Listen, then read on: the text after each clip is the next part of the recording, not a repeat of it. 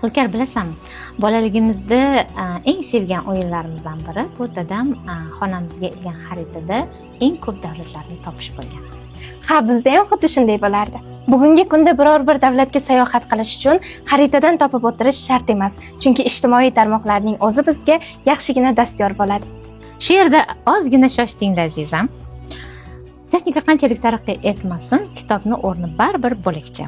Mana masalan, yaqinda O'zbekiston Yozuvchilar uyushmasi a'zosi Lazir Ahmadovni Dunyo mamlakatlari nomli juda chiroyli, muhtasham kitobi chop etildi. Bunda sen aytmoqchi davlatlar, ya'ni 250 ga yaqin davlatlarning barchasi haqida to'liq ma'lumot berilgan. Nargiz opa, bu kitob haqida ko'p eshitgandim-u, lekin kitobning o'zi bu qadar ulkan ekanligini tasavvur ham qilmagandim. Aytganingcha bor. Lekin bu kitobning ichidagi ma'lumotlar ham tosh bosadi-da.